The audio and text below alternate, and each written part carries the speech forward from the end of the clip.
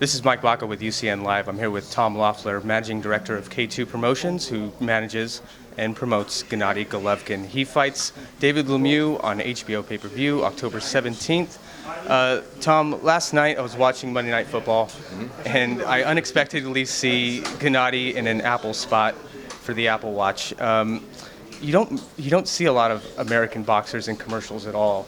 Is this a testament to how much he's grown over the years? Well, he's a boxer from Kazakhstan fighting in America, but his image is such that he's very commercial friendly. He's a great ambassador for the sport.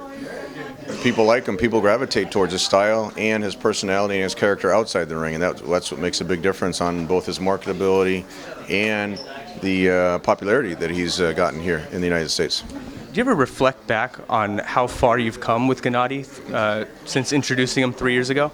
Yeah, I mean, I had meetings with HBO and Showtime, and really had not much of a response. It took 8 months for the first meeting. After the first meeting with HBO, we finally got a date, and that was only because Daniel Gield pulled out of the fight with Pirog. But that was September 2012, and it's been 3 years ago. And since then, every fight he's been on like a vertical increase with his popularity, his ticket sales, and his ratings on television. Be honest, did anybody call you crazy when you first brought up this unknown kid from Kazakhstan? Well, it was. I remember Kerry Davis was very skeptical about. His English wasn't very good. He was undefeated. He was an Olympic silver medalist, and I told him, we'd fight pretty much anybody, or he would fight anyone at very reasonable amount of money, and that's what happened with Pirog. Nobody wanted to fight Pirog. Pirog had just come off the knockout over Danny Jacobs. So, there was a lot of skeptics. Madison Square Garden was 100% behind him when I had contacted them saying that we had just signed Gennady, and they saw the vision of him fighting in New York, similar to what we had done with Klitschko's before him. And Gennady's now eclipsed. He's going to be the highest ticket seller of any fighter in New York this year. It'll be the biggest event that the state of New York has, and having a unification fight on pay-per-view in Madison Square Garden is one of the biggest events of the year. Yeah, speaking of which, it will be a unification fight for the WBA, Gennady's belt, and the IBF title David LeMieux holds.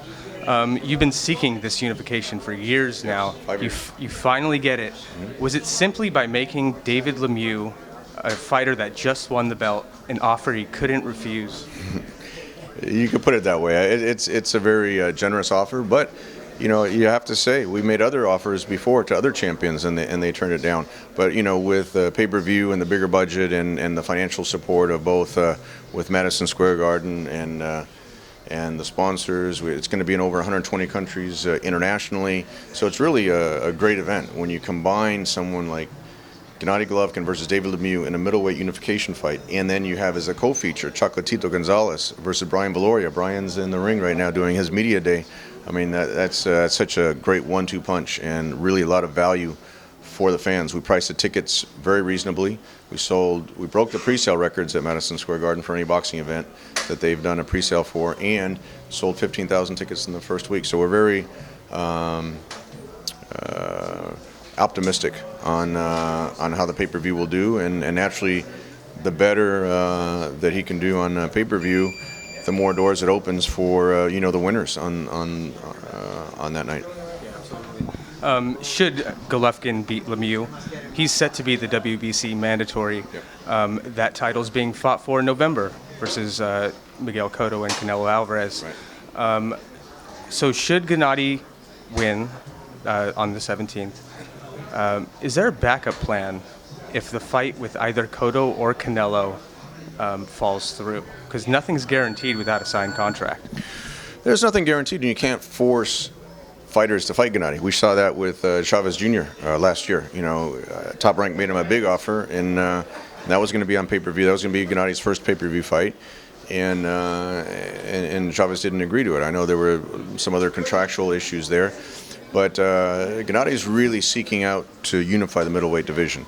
If the winner of that fight doesn't fight him, then he becomes automatic WBC champion. And so, either way, he's ahead of the game, and that's really the strategy that I had devised for him when he fought Rubio and he broke the attendance records at the StubHub Center. But that enabled him to become the mandatory, and that the winner of Cotto and Canelo has to fight him or vacate the title. So we all realize you can't force someone to get in the ring, but now with Gennady's marketability, selling out big venues like MSG and being on pay-per-view, there's a big financial reward for anyone that gets in the ring with him. Yeah, and Gennady just walked in the door, so I'm going to make this my last question. Sure. If the big names continue to evade him, as they've done in the past, will you guys be content with him just being a long-standing champion in the middleweight division? Well, that's his goal. Without the signature win, I mean.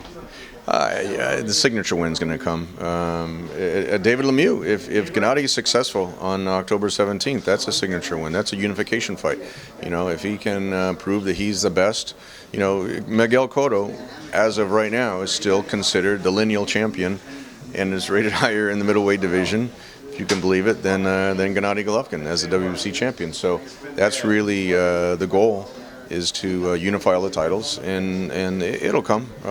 He's only had 8 appearances now on HBO, and this is his first pay-per-view fight. So in some sense, you can say it's taken a while, because it's been 5 years, and he's wanted to unify the titles since he first won the WBA title in 2010. At the same time, you can say he's risen from basically being virtually unknown in America to being one of the best known and most marketable fighters over here in 3 years.